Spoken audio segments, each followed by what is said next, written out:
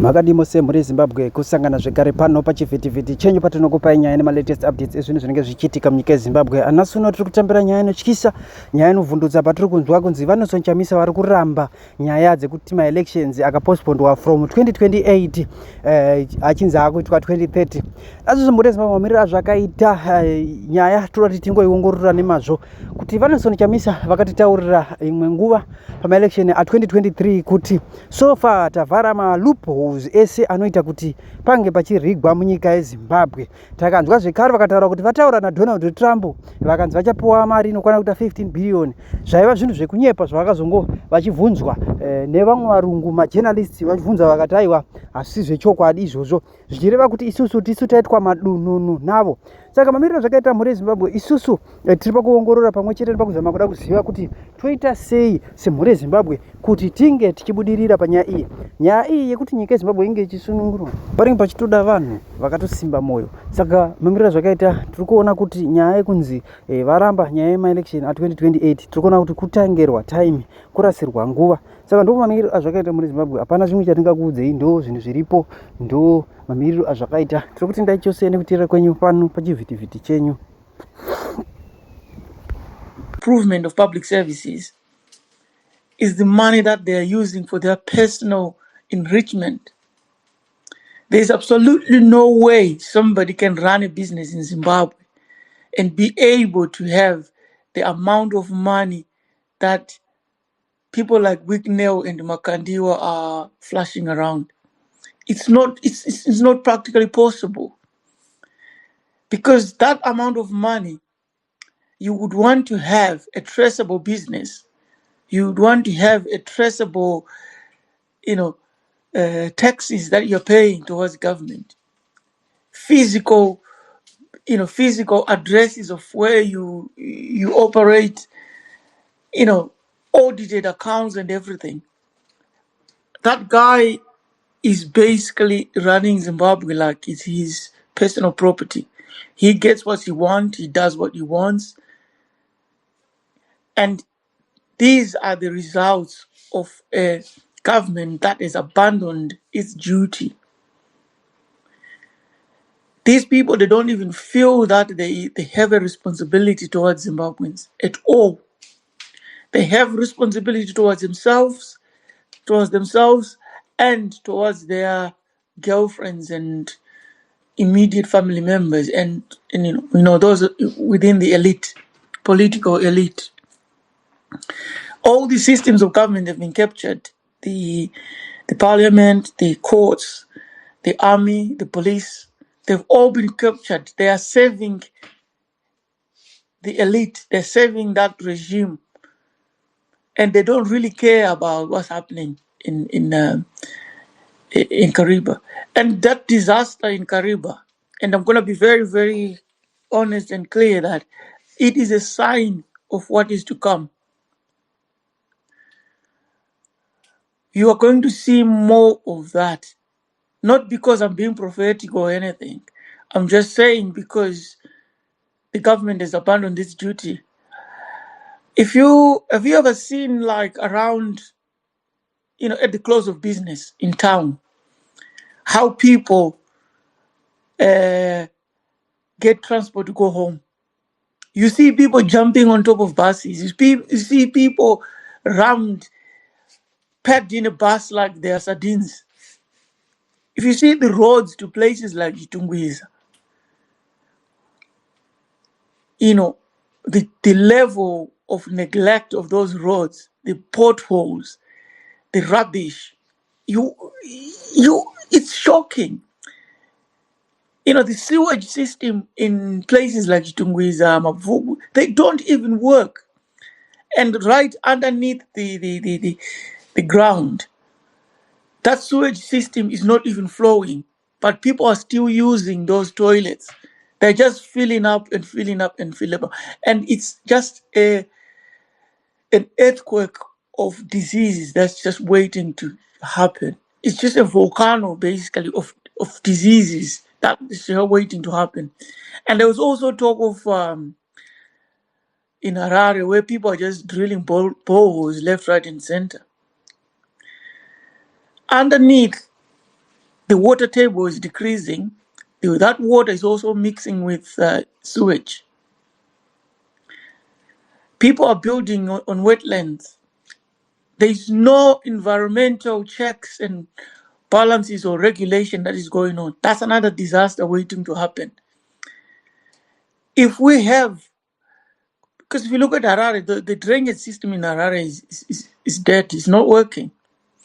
Every time there's rains in Harare, you see the amount of water that is flowing on the ground because the drainage system is non existent. That's another disaster waiting to happen. If that ground gives in one day, that whole place is going to be wiped out. And we'll be back again talking about this. You know,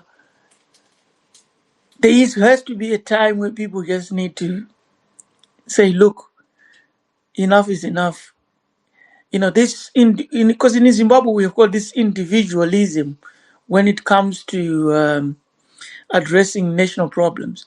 People just, if I have a 9 to 5 job, or if I have a small business that gives me enough money for me and my family, I'm okay. I don't really care about my neighbor who is struggling. As we speak now, Muharare, Mukariba, Blawayo, like nothing happened.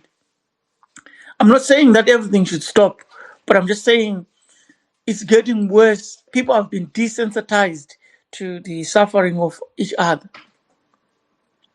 You have people that will spend like 2 years in prison without any trial, without any evidence of committing a crime.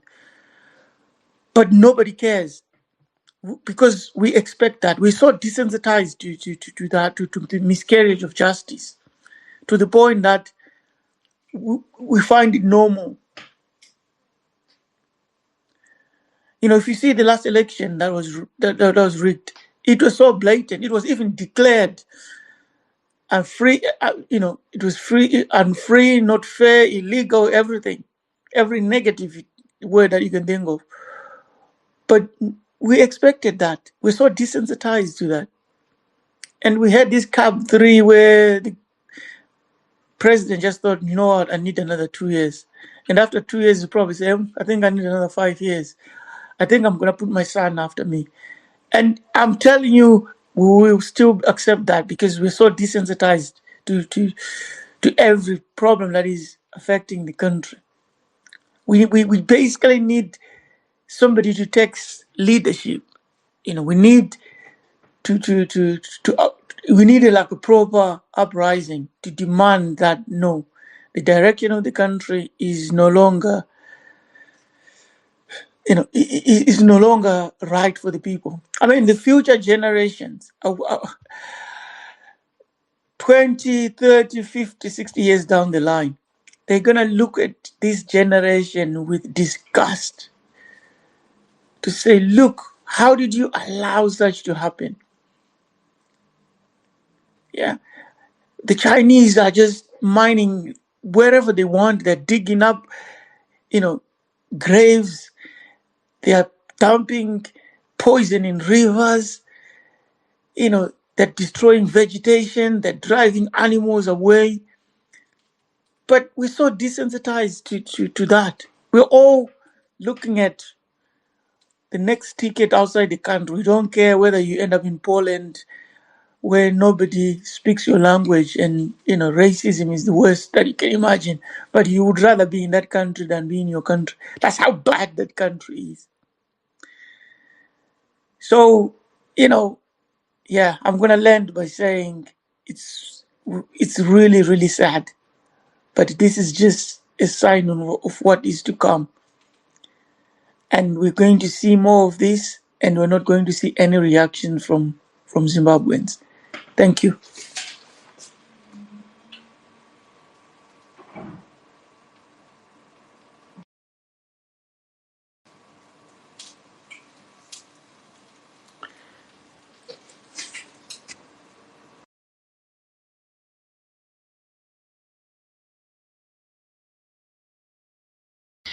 Can you hear me, Titus?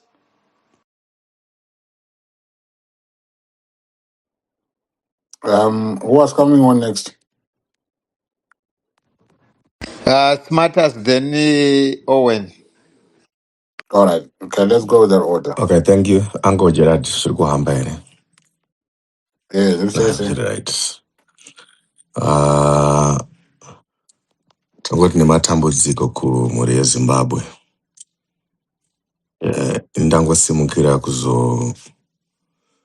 kuzotaura nyaya yedambudziko ratiri kuona iri. And dambudziko ratiri kuona, yes, I was listening to submissions from my fellow comrades and friends.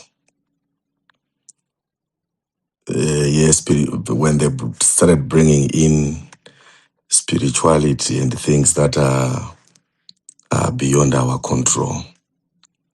Or at least I understand that argument.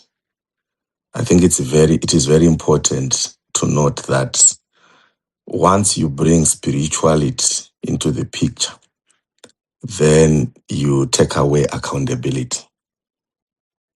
Because what spirituality does, or what that argument does, is it brings or it pacifies your actions or lack of actions thereof.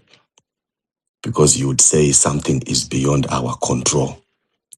But if you look at the events that took place as we were given to them by Ango Gerard and different media sources, you would notice that there are a lot of things that could have been done, preventative measures that would have been put in place, to make sure that that accident should have not happened and should have been prevented. So if you could allow me, please, to not agree with the argument of spirituality, especially on this case. I know it's very easy for people to say, it happened in August. And having looked at what happened or what has happened in August, one would want to say spirituality, but that's not the case.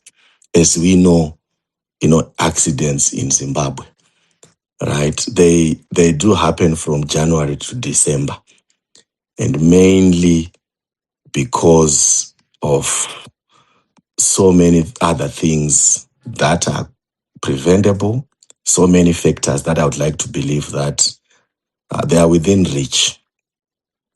But for me, I'm looking at this from a governance point of view, or let's put it as from a political point of view.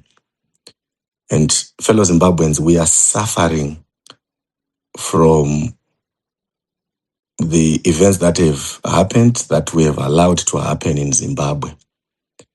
When we cry about elections being rigged, one thing that happens when you rig elections, there are costs that come with that.